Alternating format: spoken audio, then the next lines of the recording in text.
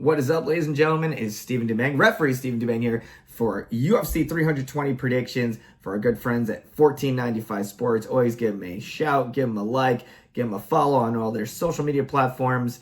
That said, let's not waste any time opening up the middleweight. Yes. I mean, there will be middleweights. Opening up the main card is what I'm trying to utter right now. Is middleweight action. We have Joe Pyfer against Abus Magomedov, and this one, ladies and gentlemen, I think is going to be a hell of a fight. Both guys are always looking to knock out their opponent. 28-6-1 for Abus, and Joe Pyfer 14-3. Magomedov is currently on a 3-fight win streak. He is 4-2 in the UFC. Pyfer 14-3, also on a win streak of his own, 2-fight win streak, and 5-1 in the UFC, and looking very destructive in his tenure so far in the UFC. Almost every one of his fights, he's secured a finish, in a violent one, I might add. And will he get that here? I mean, Magomedov, Pyfer himself, both durable fighters. I think either fighter is going to be going for the knockout. I believe we will see some fireworks. I think these guys are going to throw hands, looking to knock each other's heads off. I think Pyfer is going to get the edge. I think Pyfer will find the spot, and he will be able to tag Magomedov for a second round TKO. So that's what I believe will happen in the first fight. Moving on, we have Josh Emmett returning to action against Youssef Zalal. 17-5-1 for Zalal, 19-5 for Josh Emmett. Emmett a bit of a rough patch. He has unfortunately lost 3 of his last 4 fights. Aside from that absolutely violent, destructive knockout of Bryce Mitchell, he's sustained losses, and he's looking to get back on track. Very difficult to do that at an older age in a lighter weight class. I commend Emmett. I mean, being able to fight at the top of the food chain, fighting the top fighters at the lighter weight divisions is, I mean, that is quite the guy's a legend in that regard. That's incredible. But yes, 40 years old, 19-5.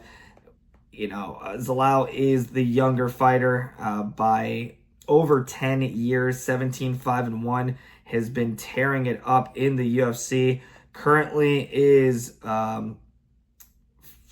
I mean, I'm here on my iPad looking at SureDog. I always use SureDog, and I mean, he has not sustained a loss in years, and he's currently in the UFC on a very strong win streak of 1, 2, 3, 4 fights, and I don't see that changing. Emmett, again, very durable, very talented fighter, but I think the age factor certainly plays the more in the lighter the weight classes. I've always kind of referred to that.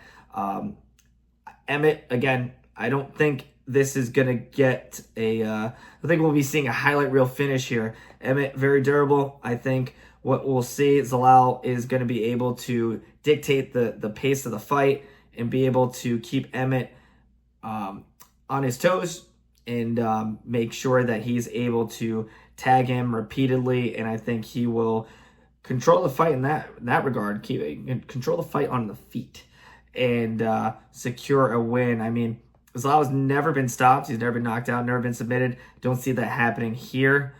I think we're going to see Zalal with a unanimous decision win, which will be fun. I think it'll be an entertaining fight. Speaking of entertaining fights, we have Jiri Prochazka returning to the octagon, 31-5-1 against Khalil Roundtree Jr., 14-6. I mean, Prochazka, one of the most exciting fighters inside and outside the UFC. I mean, heck, he had quite the tenure outside the UFC before he got there, and he's been living up to the hype with the excitement level.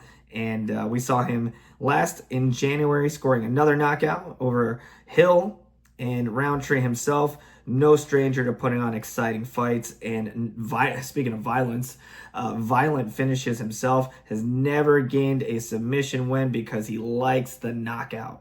So does Jiri. And I think one of these guys is getting knocked out. I mean, we have seen both fighters get knocked out. We've seen both fighters deliver like holy moly knockouts. And I think this does not escape the first round. I think Jiri is going to get the first round knockout. Roundtree can certainly do it. I think one of these guys will get knocked out, but I think Jiri will get the knockout win in the very first round in what will be a hell of an entertaining fight. These guys are going to be throwing hands for the few minutes it lasts. Moving on to the championship fights, we have Merab Dvalishvili, Merab 20-4 against Corey Sandhagen, the Sandman, 18-5. Very much deserving this title shot, Sandhagen, that is. And, he has always consistently been one of the top performers and fighters in the division. And now he gets his chance against Merab. And what should be a very, very entertaining fight. I mean, I think, more in a grappling sense. Grappling may not be everyone's favorite style of fighting, but I do believe that these guys will have some really cool grappling exchanges. Sandhagen is a very, very tough fighter. He's only been finished once in his career. I don't see him getting finished here. I think he's going to go all the way to the cards. I just don't see this one leaning in his favor. I believe we will see Merab and him, again, have a very grapple-heavy contest. And this one will definitely be a whole, what I'm expecting to see, very wrestling-heavy, a lot of exchanges and reversals. Corey is certainly no slouch on the ground, but I do feel that Merab is going to be able to control him and cruise to a unanimous decision win. So, and still for Merab. But again, this is MMA. Anything can happen. Corey, certainly a very, very talented fighter, could make it happen. But I think Merab will keep the hashtag and still. And moving on to our main event, 21-1 with one no contest. We have Magomed Ankalaev against Alex Pereira in a rematch of their fight from March. Pereira did not get his hand raised that time. He, as I called actually, I might add, a unanimous decision loss. He's looking to get back on track and get his title back. I mean, Alex, a fearsome knockout artist. Magomedov, to be fair, has power too, but he definitely prefers to grapple. And I think that's what won him the last fight. And I think that's exactly the same exact game plan he's going to go for this time. I just don't think Alex has the ground game and takedown defense to keep Magomedov off him. And I think we will see another 5-round decision win for Magomedov. He has not submitted anyone. I don't see Alex getting submitted. And I mean, maybe he could get a ground and pound stoppage, but I just don't see that happening. I'm going to go with and still Magomedov by unanimous decision. And there you have it, ladies and gentlemen. Those are my picks for UFC 320. Enjoy the show. We'll see you soon.